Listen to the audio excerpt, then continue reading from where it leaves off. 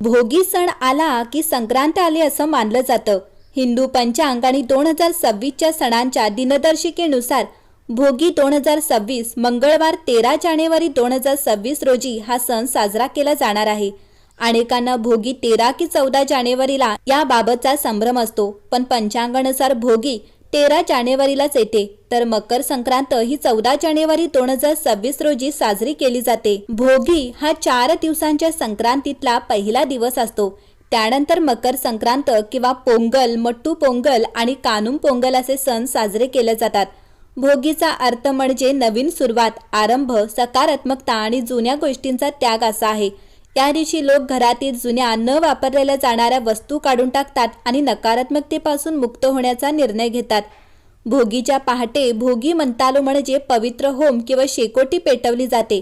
या अग्नीत जुन्या लाकडी वस्तू अर्पण केल्या जातात. हा विधी